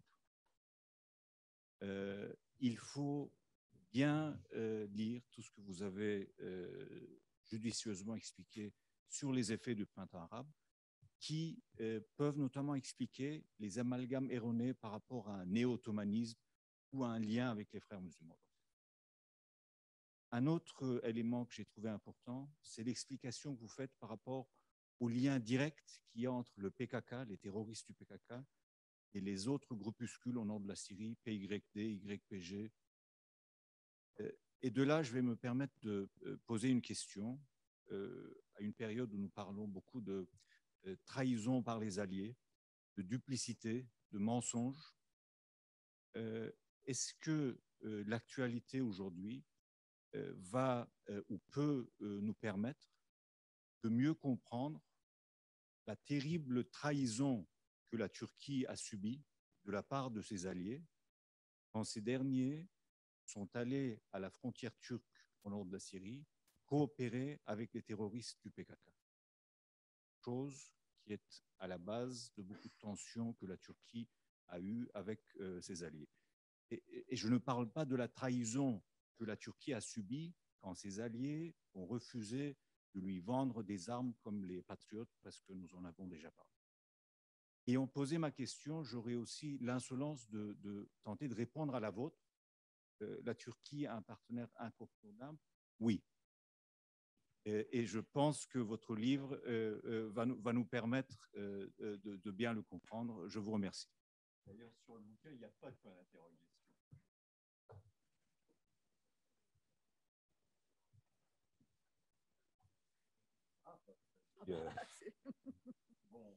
Tout d'abord, sur l'environnement régional, quel peut être le rôle de la Turquie? Moi, je dis toujours à mes étudiants que les diplomates turcs, ce n'est pas un métier toujours très simple. Au vu de l'environnement géopolitique, il est quand même moins confortable d'avoir comme voisins quelques pays du Caucase, l'Iran, l'Irak, la Syrie, que d'avoir comme voisins la Suisse, l'Allemagne, l'Italie ou l'Espagne. Donc il y a une difficulté objective. Cette région, nous le savons, est une région profondément instable pour de multiples raisons. Et je pense d'ailleurs fondamentalement qu'elle s'est déstabilisée encore plus depuis 2003, c'est-à-dire depuis l'intervention unilatérale de nos amis et alliés américains en Irak. Cela a contribué à approfondir la déstabilisation régionale. Merci, Monsieur Bush Junior, en l'occurrence. Donc, c'est infiniment compliqué, infiniment compliqué. Pour autant, je pense que de par sa place, de par son histoire, de par sa population, de par sa puissance économique, objectivement, la Turquie peut être un facteur de stabilisation. Mais dans les relations internationales, l'objectivité n'est pas suffisante. Il faut aussi une volonté politique. Et ça, là, on passe au domaine subjectif. Il y a des choix politiques. Et je crois fondamentalement que la Turquie, à elle seule, ne parviendra pas à stabiliser la région. D'ailleurs, les dirigeants turcs ne le disent jamais. Je pense donc que c'est la question, et ça renvoie au partenariat nécessaire, soit dans le cadre de l'OTAN, soit avec l'Union européenne, soit les deux, qu'il est nécessaire de prendre des initiatives visant à stabiliser la région. C'est plus facile à dire et quand on est confortablement assis dans le 11e arrondissement que quand on est sur le terrain confronté à de multiples difficultés, évidemment, mais c'est pour moi l'axe prioritaire. Sur l'Azerbaïdjan et le Caucase, c'est un peu ce cadre-là. Bon, je pense que cela m'a valu aussi quelques critiques à l'automne dernier quand il y a eu cette guerre de 44 jours entre l'Arménie et l'Azerbaïdjan, mais je me contentais avant tout débat de rappeler que pour moi, il y a le droit international que le droit international reconnaissait qu'il y avait occupation de territoire azerbaïdjanais et qu'il n'était pas totalement illégitime de vouloir le récupérer. Alors après, personne n'est pour la guerre, évidemment jamais. Et aujourd'hui, je souhaite, et là la Turquie peut avoir un rôle, qu'il y ait une sorte de baisse des tensions après cette séquence militaire, dont nous connaissons tous l'issue, et que la Turquie peut jouer un rôle très important. Il y a eu quelques déclarations du président Erdogan. Pour l'instant, ce n'est pas suivi des faits, donc il faut se baser sur les faits, sur les décisions, sur ce qui est mis en œuvre, mais on pourrait souhaiter que déjà des relations diplomatiques, politiques et économiques puissent être rétablies avec l'Arménie. Vous savez, les Arméniens d'Arménie comprennent aussi cet intérêt. Les Arméniens d'Arménie ne raisonnent, et c'est bien normal, ne raisonnent pas exactement de la même façon que la diaspora arménienne. Donc, quand on est sur le terrain au Caucase, dans un pays très appauvri pour des raisons très compliquées, enfin, de multiples raisons, on a plutôt intérêt à s'ouvrir.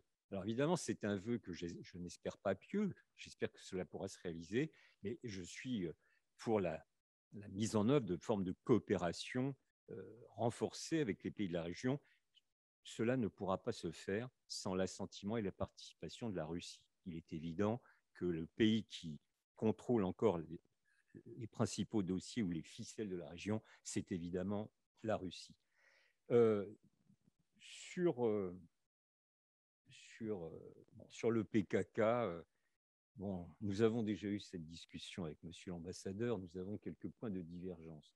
Pour ma part, je crois que ça apparaît assez clairement, je n'ai pas une grande sympathie pour le PKK en tant que tel, et sûrement ma divergence, c'est sur la question kurde en Turquie. Et qu'il y a un parti parlementaire, il y a un parti légal qui s'appelle le HDP, et à mon avis, il faut discuter, il faut éviter cette politique quand même répressive à son égard. Je sais qu'on en a déjà discuté, nous n'étions pas d'accord, peut-être parviendrons-nous un jour à nous mettre d'accord, enfin peu importe, mais je crois que le président Erdogan, pendant 3 ans, avait donné son accord pour qu'il y ait des négociations avec le PKK qualifié d'organisation terroriste. On me dit aujourd'hui c'est impossible, ils sont terroristes. Bah si, ce qui a été possible il y a quelques années doit être possible, on doit pouvoir le faire. Alors c'est infiniment compliqué parce qu'il y a à la fois une dimension intérieure et une dimension régionale, avec effectivement notamment, pas uniquement, la question de la Syrie. Ce que je veux souligner, c'est qu'il n'y a pas un problème ontologique de la Turquie à l'égard des Kurdes. Il y a certains Kurdes, notamment d'Irak, du Nord, avec lesquels la Turquie peut discuter et discute et a des initiatives communes. Alors évidemment, il y a une attitude totalement différente à l'égard du PKK et du Parti démocratique des peuples en Turquie. Là-dessus, je pense qu'il faut avancer. Mais encore une fois, ce n'est pas moi à donner des leçons ou à donner des conseils aux dirigeants turcs, mais je souhaite pour ma part que la voie du dialogue, qui aboutira forcément à des formes de compromis, puisse permettre d'arriver à une solution politique. Il y a une chose dont je suis certain, c'est qu'il n'y aura pas de solution militaire contre le PKK. Ce sera forcément une solution politique. Plus facile à dire qu'à faire, je le sais et l'admets, mais en tout cas, c'est à mon avis le cadre. Bon, et sur les mouvements de révolte dans les mondes arabes, je n'ai pas le temps de développer, mais achetez le bouquin massivement. Voilà, merci Didier, merci Denis, merci Jean-Dominique, et merci d'avoir permis en fait une discussion apaisée et approfondie sur la Turquie.